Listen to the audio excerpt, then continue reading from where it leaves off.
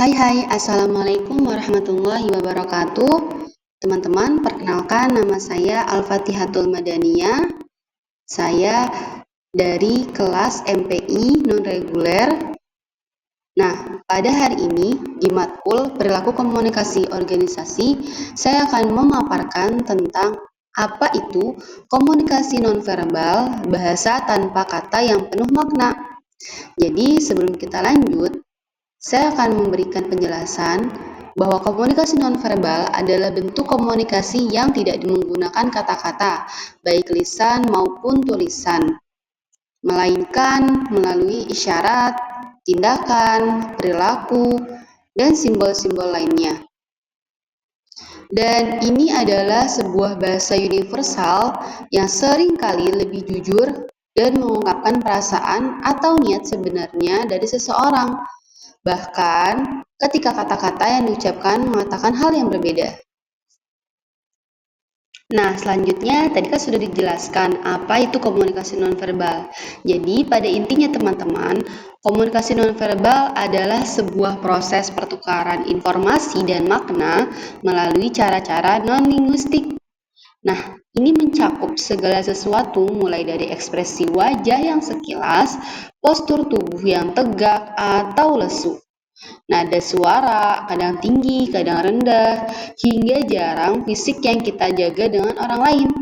Penting diingat bahwa komunikasi nonverbal seringkali bersifatnya ambigu dan kontekstual. Artinya yaitu satu isyarat nonverbal bisa memiliki banyak interpretasi tergantung pada budaya situasi, individu yang terlibat, atau berbagai hal. Misalnya, kontak mata yang intens bisa berarti perhatian di satu budaya, namun dianggap agresif atau tidak sopan di budaya lainnya.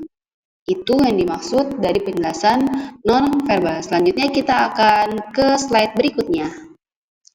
Oke, berikut yaitu fungsi komunikasi non-verbal. Bisa dilihat ya teman-teman di slide, ada mengulang atau memperkuat, ada menggantikan, mengatur, melengkapi, menyanggah atau bertentangan, mengelola kesan. Nah, dari semuanya ini saya akan memaparkan satu persatu ya.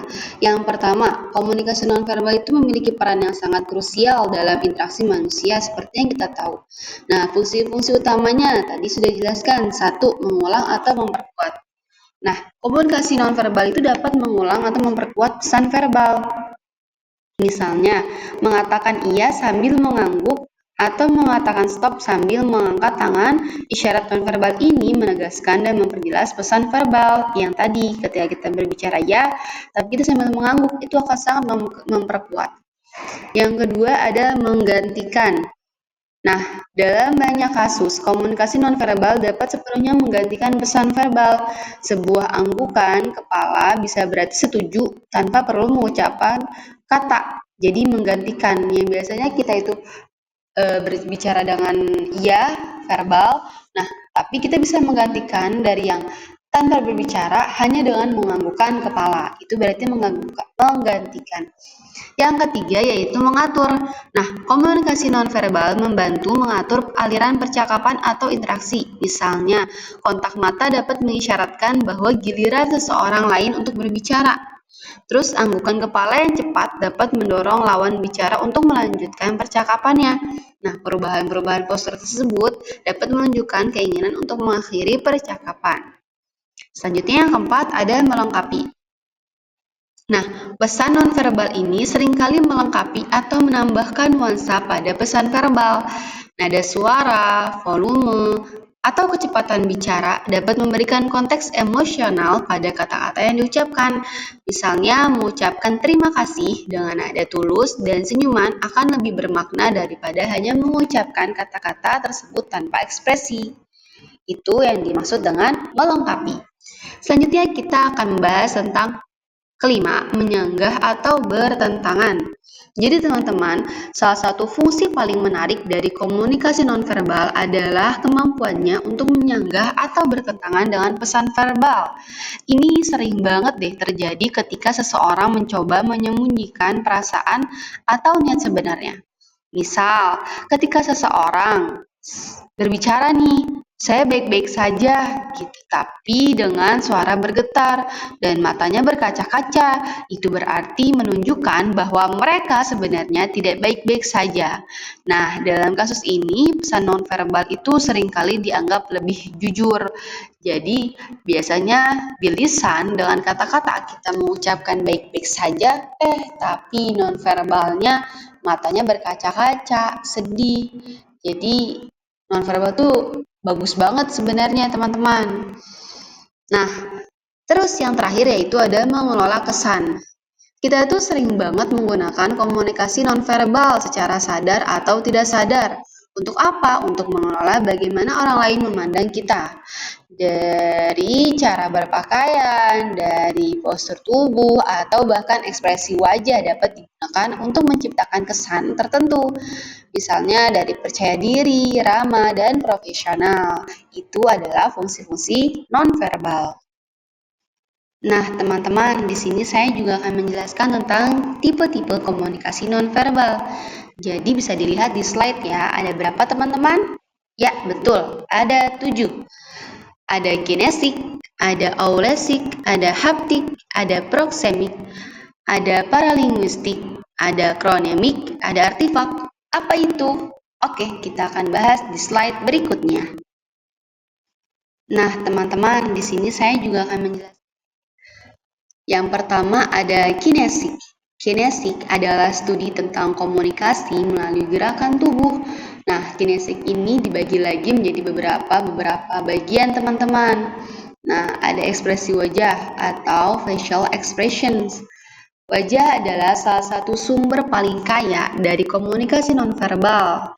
Dari senyum, cemberut, terkejut, marah, sedih, takut, dan jijik adalah ekspresi wajah universal yang dapat dikenali di berbagai budaya. Nah, itu ekspresi wajah. Ada isyarat atau gerakan tangan, gestures. Nah, gerakan tangan, terus lengan, dan bagian tubuh lainnya yang digunakan untuk menyampaikan pesan. Ini bisa berupa isyarat ya teman-teman, dan isyarat ini memiliki makna spesifik. Contohnya yaitu acungan jempol ketika kita berbicara, tapi nonverbal kita, jempolnya juga diacungkan, itu memberikan penguatan bahwa kita mengiyakan. Nah, isyarat yang melengkapi ucapan, menggambarkan bentuk di udara saat dijelaskan. Atau isyarat yang menunjukkan emosi. Biasanya, kalau emosi, tangannya tiba-tiba suka mengepal, seperti ingin meninju. Nah, ini merupakan sebuah ekspresi melalui nonverbal. Tangannya ikut mengepal. Ada postur tubuh atau postur. Cara kita berdiri, duduk, atau berjalan dapat mengungkapkan banyak hal tentang suasana hati. Jadi postur tubuh kita, kalau lagi percaya diri seperti apa, kalau lagi lemes seperti apa, dan itu akan menampilkan tingkat kepercayaan diri kita atau bahkan status kita. Postur tubuh yang tegak dan terbuka sering dikaitkan dengan kepercayaan diri teman-teman. Sementara bahu yang seperti melorot dan posisi tertutup mungkin menunjukkan rasa tidak nyaman atau sedih. Seperti itu adalah tipe kinesi. Selanjutnya kita akan bahas yang kedua. Nah, yang kedua itu ada aulesic atau oculesics. Nah, ini adalah studi tentang komunikasi melalui kontak mata dan gerakan mata. Jadi khusus mata ya teman-teman. Kalau tadi yang pertama tentang kayak tangan, lengan gitu. Kalau ini mata. Nah, kontak mata eye contact dapat menunjukkan perhatian, ketertarikan, kejujuran, dominasi, atau bahkan agresi. Nah, durasi dan intensitas kontak mata sangat bervariasi antar budaya. Yang kedua ada arah pandangan. Kemana seseorang melihat saat berbicara atau mendengarkan juga bisa menyampaikan pesan, seperti menghindari kontak mata karena malu atau tidak nyaman. Jadi kadang kalau misalkan kita dalam suatu kondisi atau situasi yang mana kita itu tidak nyaman atau kita sedang menyetujui sesuatu hal, maka kontak mata kita tuh akan berbinar. Atau kalau tidak nyaman, kontak mata kita akan tiba-tiba mengalihkan pandangan. Nah, itu tipe aulesic. Oke, selanjutnya yaitu haptik. Nah, haptik ini adalah studi tentang komunikasi melalui sentuhan. Sentuhan adalah bentuk komunikasi nonverbal yang sangat kuat dan seringkali sensitif. Jadi, beberapa jenis sentuhan itu bisa berupa jabat tangan ketika kita pegang teman kita, terus tepuk di bahu, terus berupa pelukan, cubitan gitu ya, mencubit, atau bahkan dorongan. Nah, makna sentuhan di sini sangat tergantung pada konteks hubungan antara individu dan budaya. Nah, sentuhan bisa menyampaikan dukungan, kasih sayang, kenyamanan, dominasi, agresi, atau bahkan sapaan formal. Jadi, kalau kita berbicara melalui nonverbal dengan cara haptik atau sentuhan, itu sangat-sangat membuat kesan sangat kuat dan seringkali sensitif, teman-teman. Contohnya ketika kalian menyapa teman kalian itu dengan berjabat tangan, tadi ya sudah disampaikan. Nah, itu beberapa hal termasuk tipe dalam komunikasi nonverbal. Nah, selanjutnya teman-teman, ada tipe komunikasi ini paralinguistik. Nah, ini adalah aspek vokal dari komunikasi yang bukan kata-kata itu sendiri. Contohnya yaitu dengan kita menggunakan nada suara atau pitch-nya, tinggi rendahnya suara. Jadi ketika kita berbicara dengan nadanya itu entah tinggi, entah rendah. Volume suara atau loudness itu keras atau pelannya suara. Itu juga termasuk dari bahasa komunikasi nonverbal. Atau kecepatan bicara. Cepat atau lambatnya seseorang berbicara itu termasuk ya dari nonverbal. Jadi ketika kita berbicara dengan orang, pelan atau lirih suaranya, atau kadang keras, itu juga sebuah komunikasi nonverbal. Nah, intonasi juga teman-teman. Variasi nada suara yang memberikan penekanan atau makna emosional itu juga sangat berpengaruh. Terus, kualitas suaranya juga serak, ataukah cempreng, ataukah jernih, ataukah serak-serak basah, ataukah ngebas, itu juga termasuk dari kategori paralinguistik. Nah, dengusan, atau ketawa, tangisan, tarik napas. Nah, suara-suara non-linguistik lainnya yang menyampaikan emosi atau reaksi. Nah, kalau ketika kita jeda, pause, atau hentian, itu menunjukkan bahwa kita tuh ragu, terus juga dalam berpikir juga ragu, atau sebuah penekanan. Seperti itu salah satu contoh-contoh dari paralinguistik. Next, kita selanjutnya. Baik, selanjutnya yaitu kronemik. Jadi, kronemik ini teman-teman adalah studi tentang penggunaan waktu dalam komunikasi. Nah, penggunaan waktu itu seperti ketepatan waktu dalam janji atau pertemuan yang menunjukkan rasa hormat atau disiplin kita. Ada lagi yaitu durasi. Nah, durasi itu berapa lama seseorang berbicara atau berinteraksi dalam mengidentifikasi minat atau status. Nah, di sini ada monokronik versi polikronik. Budaya monokronik itu menghargai ketepatan waktu teman-teman dan melakukan suatu hal pada satu waktu. Sedangkan budaya polikronik lebih fleksibel dengan waktu dan dapat melakukan banyak hal sekaligus. Misalnya beberapa budaya Latin atau Timur Tengah. Itu beberapa contoh dari kronemik, tipe komunikasi nonverbal kronemik. Nah, yang terakhir teman-teman, yaitu artifak. Artifak ini atau penampilan fisik adalah sebuah komunikasi yang berasal dari penampilan fisik dan benda-benda yang kita gunakan atau kita miliki. Nah, contohnya apa? Pakaian. Pakaian dapat mengkomunikasikan status sosial, pekerjaan, kepribadian, nilai-nilai, atau bahkan suasana hati. Nah, yang kedua juga ada aksesoris. Dari aksesoris, itu juga sebagai cerminan dari penampilan teman-teman. Aksesoris itu seperti apa? Seperti perhiasan yang kita pakai, tas, atau kacamata, atau jam tangan yang bisa menyampaikan pesan. Nah, ada lagi teman-teman, gaya rambut dan riasan. Biasanya, laki-laki yang memiliki gaya rambut itu dijadikan sebagai bentuk ekspresi, identitas, atau mengikuti norma sosial. Jadi ya seperti itu. Pilihan gaya rambut itu bisa menjadi sebuah ekspresi. Nah, ada lagi benda-benda pribadi.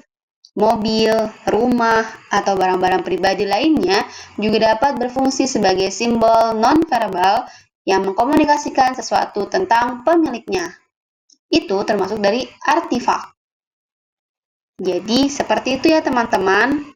Beberapa contoh tipe-tipe dari non-verbal komunikasi tanpa penuh makna. Seperti itu. Nah, sekarang kita sudah berada di slide terakhir, yaitu kesimpulan.